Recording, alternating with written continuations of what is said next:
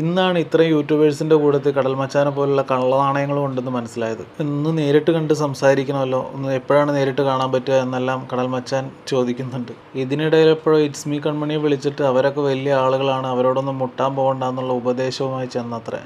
Hi all, എല്ലാവർക്കും നമസ്കാരം. Welcome back to Retro Focus. ഇന്ന് കടൽമച്ചാൻ ഒലീവിയ ഡിസൈൻസ് റിലേറ്റഡ് ഒരു വീഡിയോ ആണ്. ഒലീവിയ ഡിസൈൻസിൻ്റെ വിഷയവുമായിട്ട് ബന്ധപ്പെട്ട് നമ്മുടെ ചാനലിൽ ഒരു വീഡിയോ ഇതിനു മുമ്പ് ചെയ്തിട്ടില്ല. സൂരജ് ബാലാകാരൻ പുറത്തുവിട്ട കടൽമച്ചാൻ്റെ ഒരു കോൾ റെക്കോർഡ് കണ്ടപ്പോൾ ഒരു വീഡിയോ എന്തായാലും ചെയ്യണം എന്ന് തോന്നി. അതിനുമുമ്പ് ഒരു കാര്യം, നമ്മുടെ ചാനലൊന്ന് സബ്സ്ക്രൈബ് ചെയ്യണം, വീഡിയോ ഇഷ്ടപ്പെട്ടാൽ ലൈക്ക് ഷെയർ ഒക്കെ ചെയ്യണം കേട്ടോ. ഏതായാലും ഡയറക്റ്റ് കാര്യത്തിലേക്ക് കിടക്കാം. ഒലീവിയ ഡിസൈൻസിൻ്റെ ഇഷ്യൂ തുടങ്ങുന്ന ഒലീവിയ ഡിസൈൻസിനെ പറ്റി എന്താണ് അഭിപ്രായം എന്ന് ചോദിച്ചുകൊണ്ടുള്ള ഇറ്റ്സ് മീ കൺമണിയുടെ ഒരു പോസ്റ്റിൽ നിന്നാണ്. ആ ഒരു പോസ്റ്റിൻ്റെ താഴെ വന്ന കമൻറ്റുകളിൽ നിന്നാണ് ഓരോ കാര്യങ്ങൾ പുറത്തേക്ക് വന്നത്. 3-4 പേരൊന്നും അല്ലല്ലോ, ആയിരക്കണക്കിന് പേരാണ് ആ ഒരു സ്ഥാപനത്തെ പറ്റി കമൻറ്റ് ചെയ്തത്. ഇത്രയും പേര്, അതും തൊഴിലിന് വേണ്ടി ചെന്ന സാധാരണക്കാരായ പെൺകുട്ടികൾക്കുണ്ടായ എക്സ്പീരിയൻസുകളായിരുന്നു പിന്നീട് പുറത്തു വന്നതെല്ലാം. സോഷ്യൽ മീഡിയ മുഴുവൻ ഈ പെൺകുട്ടികൾക്കൊപ്പം നിന്നപ്പോഴും ഇത്രയും ആരോപണങ്ങൾ ഒലീവിയ ഡിസൈൻസിനെതിരെ വന്നപ്പോഴും അവിടെ വർക്ക് ചെയ്യുന്നവരും അതിൻ്റെ ഓണേഴ്സും ചേർന്ന് തിരിച്ച് കളിയാക്കുകയായിരുന്നു ചെയ്തത്. അതിനെപ്പറ്റി കൂടുതലൊന്നും പറയാതിരിക്കുക നല്ലത്. അങ്ങനെ ഓരോ കാര്യങ്ങൾ അതിൻ്റെ വഴിക്ക് നടന്നുകൊണ്ടിരുന്നു. അപ്പോഴും എല്ലാ യൂട്യൂബേഴ്സും ഈ പെൺകുട്ടികൾക്കൊപ്പമാണെന്നാണ് കരുതിക്കൊണ്ടിരുന്നത്.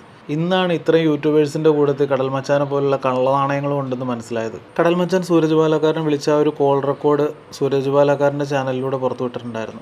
ആ ഒരു കോൾ റെക്കോർഡിൽ സൂരജ് ബാലാകാരനോട് കടൽമച്ചാൻ പറയുന്നുണ്ട്, എന്താണ് ഈ ഒലീവിയ ഡിസൈൻസിൻ്റെ സംഭവം? അപ്പോൾ സൂരജ് ബാലാകാരൻ തിരിച്ചു ചോദിക്കുന്നുണ്ട്, എന്താണെന്ന് എന്നോടാണോ ചോദിക്കണതെന്ന്. ഇന്ന് നേരിട്ട് കണ്ട് സംസാരിക്കണമല്ലോ, ഒന്ന് എപ്പോഴാണ് നേരിട്ട് കാണാൻ പറ്റുക എന്നെല്ലാം കടൽമച്ചാൻ ചോദിക്കുന്നുണ്ട്.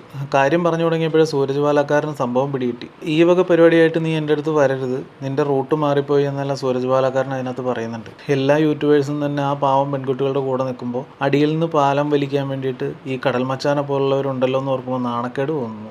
എന്താണ് ഈ കടൽമച്ചാൻ്റെ പോളിസി എന്നൊന്നും അറിയില്ല. ഈ പണമുള്ളവൻ്റെ കൂടെ നിൽക്കണമെന്നാണോ? പണവും സ്റ്റാറ്റസും മാത്രമുള്ളവരെ നോക്കി ബന്ധം സ്ഥാപിക്കാനുള്ള പരിപാടിയാണോ? നാണമില്ലെന്നേ ചോദിക്കാനുള്ളൂ. ഒന്നും വേണ്ട, ഒരു പക്ഷവും പിടിക്കണ്ട, ഒന്നും മിണ്ടാതിരുന്നൂടെ?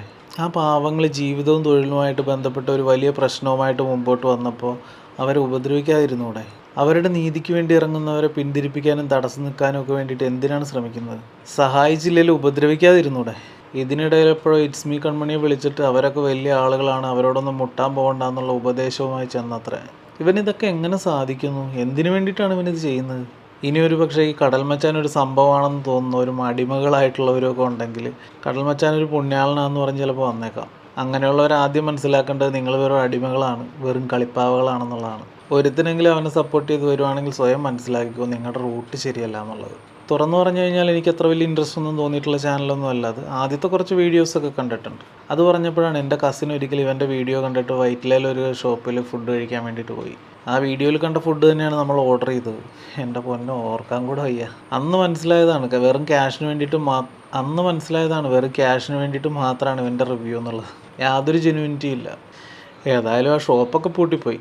അതുകൊണ്ട് തന്നെ ഇവനിൽ നിന്ന് ജെന്യൂനായിട്ടുള്ളതൊന്നും പ്രതീക്ഷിച്ചിട്ടില്ല.